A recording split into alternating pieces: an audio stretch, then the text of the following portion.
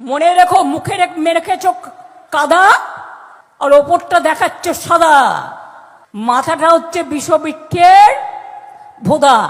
Election पड़े दिल्ली का लड्डू जो खाया वो भी पछताया, जो नहीं खाया वो भी पछताया। आने वाला दिन आपको दिल्ली का लड्डू खिलाएंगे, लेकिन दिल्ली का लड्डू नहीं।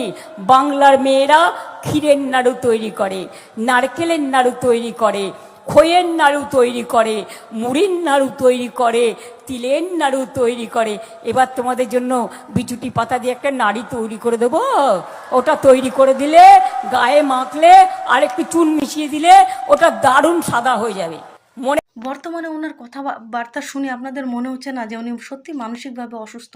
জানি না এটা হারের ভয় না কিসের ভয় না কোনো কিছু, সেগুলো আমরা বুঝতে পারছি না, কিন্তু ওনার প্রত্যেকটি কথাবার্তা শুনে কখনো মনে হয় না যে উনি একজন মুখ্যমন্ত্রী। সবসময় মনে হয় যে উনি কেউ কোনো কলতলার বা পাশের বাড়ির কোনো জেঠিমা, অমুক সমুক বয়স্ক জেঠিমা, কাউ কাউ মাউ মাউ ঝাউ ঝাউ করছে।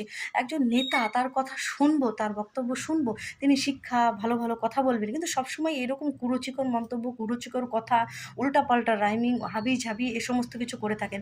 এতে এটাই প্রমাণিত হয় সত্যি ইনি মানসিকভাবে অসুস্থ। এনাকে খুব তাড়াতাড়ি মানে মেন্টাল হসপিটালে পাঠানো উচিত। ওনার রেস্টের প্রয়োজন এই সময়। উনি যে এই সমস্ত বলেন, ওনার সত্যিই রেস্টের প্রয়োজন। আর ওনার এই আলতু ফালতুর জন্য পার্টিটা আরও বেশি ডুবে যাচ্ছে।